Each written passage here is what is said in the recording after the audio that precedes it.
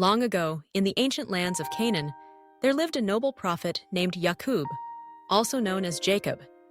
He was a man of great faith and wisdom, blessed by God with many children. Among his sons, one stood out for his beauty, intelligence, and purity of heart. This was Yousaf, known in English as Joseph. Yousaf was the son of Yaqub's beloved wife, Rahel, and his father's affection for him was clear to all. The love Yaqub showed to Yousaf was not only because of his youth or his striking appearance, but because of the gentle and righteous spirit Yousaf carried within him. One night, as the stars sparkled across the quiet sky, young Yousaf had a dream unlike any other. In his vision, he saw 11 stars, the sun and the moon, bowing down before him.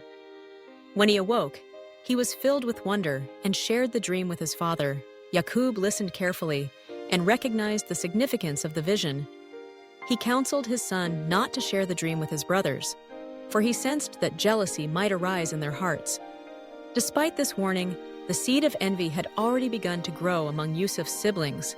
The brothers could not help but notice the special place Yousaf held in their father's heart. Their jealousy grew with each passing day, until it hardened into resentment.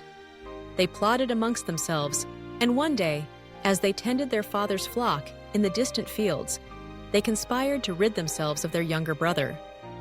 Initially, some of them wanted to kill Yousaf, but the eldest brother, Reuben, pleaded for mercy, suggesting instead that they throw him into a deep, dry well. With heavy hearts, they approached their father and requested to take Yousaf with them to the fields, promising to care for him. Yaqub, though reluctant, allowed it, trusting his sons. Once out of sight, the brothers seized Yousaf, stripped him of his beautiful, multicolored coat, a gift from their father, and cast him into the darkness of the well. Their deed done, they returned home, presenting the coat stained with false blood as evidence of a wild animal's attack. The grief that struck Yaqub was profound, and his eyes filled with tears, but he held fast to his faith, trusting in God's plan. Meanwhile, Yousaf remained in the well, frightened and alone. Yet he did not lose hope, for he believed that God was always with him. Soon a caravan of travelers passed by, seeking water. As they peered into the well, they discovered the young boy and rescued him. Seeing potential profit, they sold Yousaf as a slave to merchants bound for Egypt. Arriving in Egypt, Yousaf was sold to a high-ranking official, Al-Aziz, known as Potiphar in some traditions. Potiphar's household quickly realized that Yousaf was no ordinary servant.